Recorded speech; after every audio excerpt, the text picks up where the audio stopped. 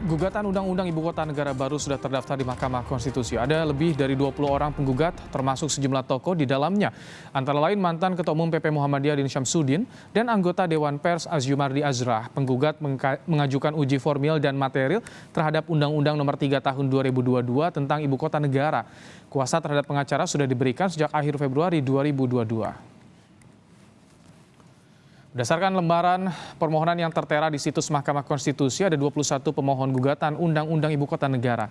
Di lembaran itu tertera nama anggota Dewan Pers Azumardi Azra dan mantan Ketua Umum PP Muhammadiyah Din Syamsuddin. Gugatan diajukan karena Undang-Undang IKN dinilai bertentangan dengan Undang-Undang Dasar 1945. Sampaikan bahwa selama undang-undang ini dibahas, setidaknya ada 2 minggu full di mana masyarakat diberikan kesempatan untuk hadir, dan ada puluhan session, puluhan termin di mana masyarakat hadir dan memberikan keterangan, ya, seperti memberi kuliah, ya, hadir di forum rapat memberikan pendapat dan keterangan. Untuk membahas soal gugatan Undang-Undang IKN, sudah hadir bersama kita ada Dekan Fakultas Ilmu Sosial dan Ilmu Politik Universitas Mula Warman Kalimantan Timur Muhammad Nur dan kuasa hukum penggugat Ibnu Sinda Chandra Negara. Selamat petang Pak Ibnu, Pak Nur. Selamat petang Mas Ibrahim. Baik. Selamat petang Pak Ibnu Sinda. Assalamualaikum warahmatullahi wabarakatuh. Waalaikumsalam warahmatullahi wabarakatuh. Pak Ibnu, jadi poin apa saja sebetulnya yang digugat untuk Undang-Undang IKN, Pak Ibnu? Baik, terima kasih Mas Ibrahim. Setidak-tidaknya kami mempunyai dua argumen. Kemudian kenapa Undang-Undang IKN ini dianggap oleh kami bertentangan. Pertama ialah argumentasi bahwa prosedur pembentukannya itu bertentangan dengan Undang-Undang Dasar. Yang kedua adalah beberapa substansi materi yang termuat di dalamnya bertentangan dengan Undang-Undang Dasar. Misalnya ambil contoh persoalan prosedur. Ambil contoh ialah apa benar lampiran 2 Undang-Undang IKN tersebut itu pernah ada dalam pembahasan. Yang kedua lain misalnya adalah tadi disebutkan di awal, ya, semua orang dikasih kesempatan untuk hadir dan didengarkan ke pendapatnya. Berdasarkan putusan Undang-Undang Cipta Kerja, di sana disebutkan bahwa tidak hanya sekedar didengar, tapi juga ada hak untuk mendapatkan pertimbangan dan penjelasan, right to be considered, the right to be explained. Dan selain itu kami juga mempersoalkan tentang konseptualisasi otorita. Jadi penyelenggaraan dan penyelenggara IKN itu kami persoalkan karena kami beranggapan bahwa itu tidak sesuai dengan konstitusi Undang-Undang Dasar 1945. Baik, jadi kita generalkan dulu ya soal prosedur pembentukan dan juga substansi materinya. Kita akan tanya ke Pak Nur. Pak Nur, bagaimana soal 2 poin tadi yang jadi dasar gugatan? Ya, baik, terima kasih Mas Ibrahim. Saya mencoba justru memandangnya dari perspektif sosial, bahwa ada satu wilayah sedemikian luas yang sesudah mempertimbangkan dari jumlah penduduk, kemudian secara geografis yang relatif aman dari bencana, kemudian potensi-potensi yang terkandung di dalamnya baik sumber daya alam maupun sumber daya manusianya, kemudian dukungan sosial budaya yang sesungguhnya ini menjadi faktor-faktor pertimbangan moral dan yuridis juga, sehingga saya pikir dengan mempertimbangkan hal-hal tersebut maka agaknya kalau kita terlalu menitik beratkan kepada prosedur, kemudian bahwa ini bertentangan dengan undang-undang, agaknya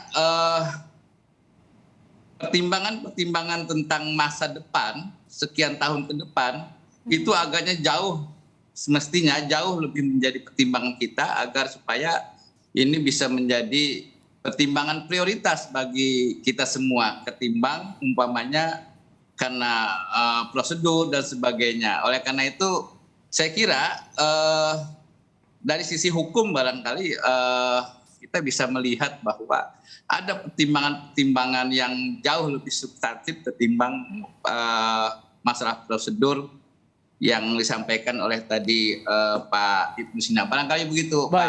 Pak Pak Ibnu Sina, Ibrahim. ada pertimbangan substansi yang jauh lebih harus diperhatikan dalam soal ini ketimbang tadi soal prosedur dan juga substansi materinya, Pak Ibnu Sina, tanggapan Anda? Baik, pertama seperti ini. Kita tidak pernah tahu ya kapan waktu yang tepat untuk pindah ibu kota. Kita nggak pernah tahu. Tapi kita bisa bilang kita tahu kapan waktu yang tidak tepat untuk pindah. Dan saat ini kami beranggapan itu tidak tepat untuk pindah. Alasannya apa? Argumentasinya jelas. Pertama ialah soal anggaran. Akhir tahun 2021 Presiden mengeluarkan Kepres nomor 24 tahun 2021.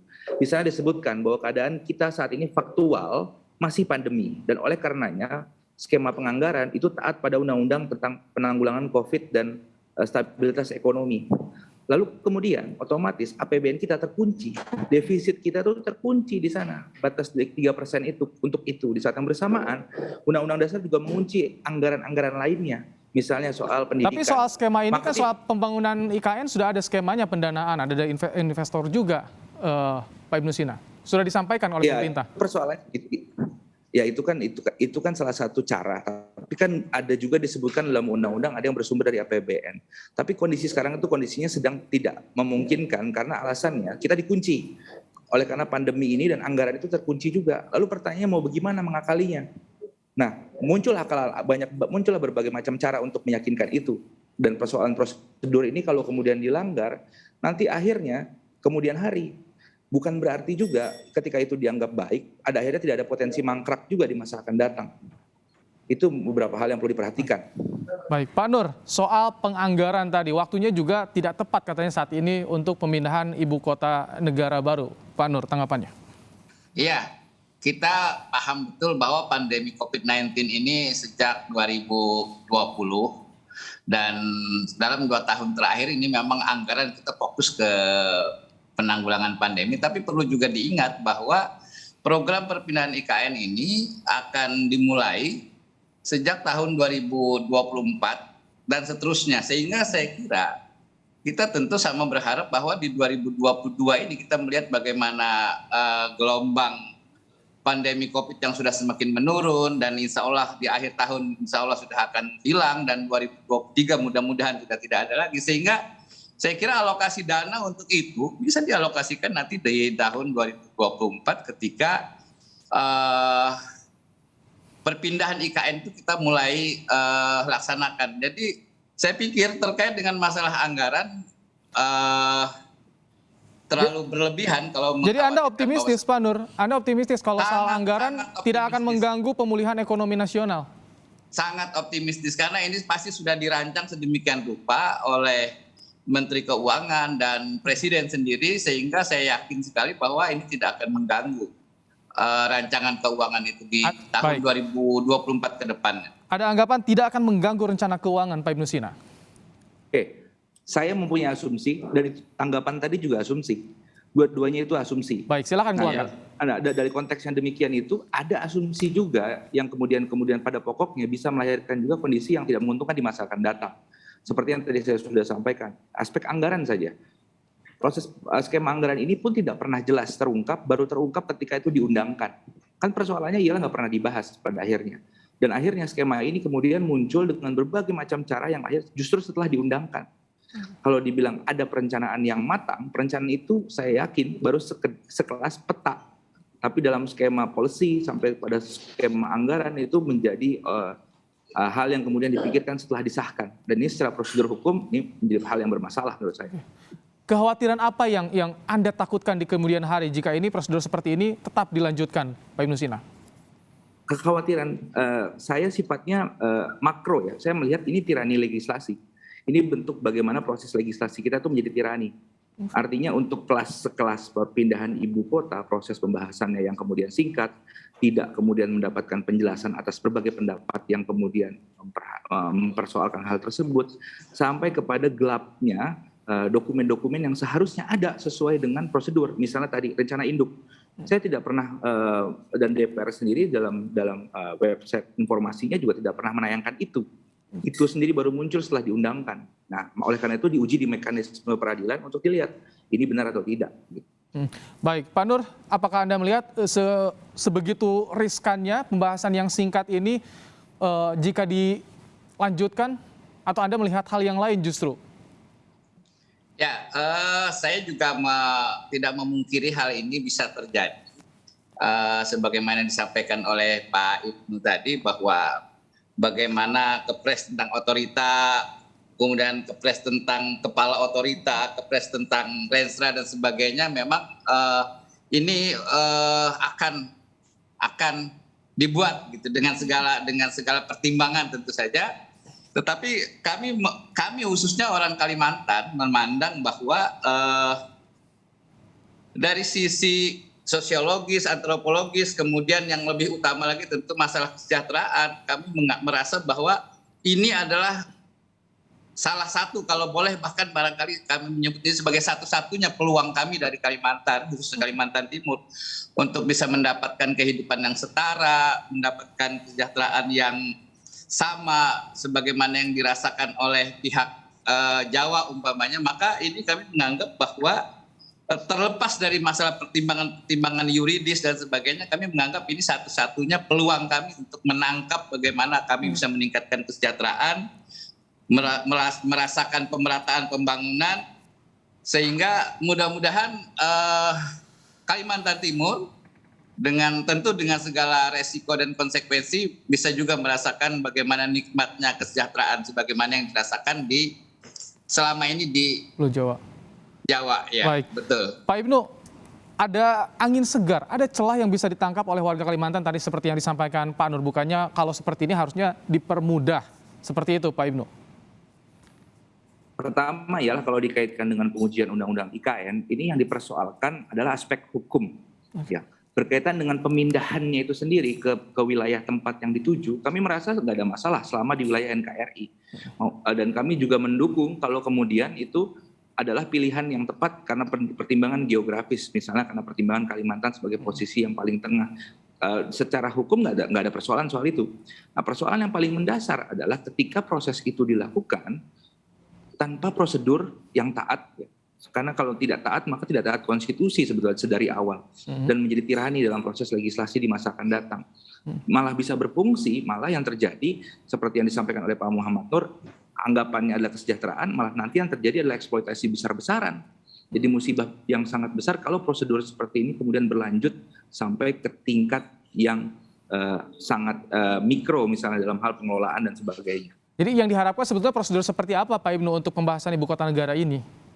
Begini, dalam undang-undang itu sudah ditentukan bagaimana prosedur pembentukannya. Kemudian juga dalam undang-undang dasar juga telah ditentukan bagaimana NKR ini dibagi atas wilayah-wilayah tertentu dengan sebutan pemerintah daerah. Okay. Kalau kemudian penyelenggaraan dan penyelenggara ibu kota negara ini dibuat dengan prosedur yang bertentangan dengan itu, maka berdampak batal. Yang kedua, kalau konsep yang dibuat juga ini tidak sesuai dengan ketentuan yang dimuat dalam undang-undang dasar, maka juga ini bisa batal. Nah, kalau sampai seperti itu kan cost-nya juga besar. Okay. Cost legislasi itu juga sangat besar. Tapi Anda juga mengikuti ya soal pembahasan undang-undang IKN ini di DPR juga seperti apa jalannya, kan dalam beberapa bulan terakhir di blow up juga seperti itu. Pak Nur, bagaimana soal pembahasan undang-undang IKN ini di DPR? Apakah juga Anda mengikuti? Ada suara-suara juga dari para ahli sebetulnya kan? Ya, tentu saya secara pribadi maupun barangkali mewakili Kalimantan sangat menghargai rekan-rekan yang merasa bahwa ada kekeliruan, ada kesalahan bahkan barangkali dalam proses ini. Kami sangat menghargai sehingga saya pikir dengan melakukan banding, gugatan, kemudian melaporkan ke pihak yang berkompeten, saya kira itu merupakan salah satu jalan terbaik dalam rangka proses penyelesaian ini. Sehingga kita biarkan bergulir, nanti lihat saja bagaimana akhirnya, dan kita harus dengan jiwa besar sama-sama berjiwa besar menerima apapun putusannya. Baik, Pak Ibnu Sina, singkat saja terakhir soal ini Pak Ibnu Sina.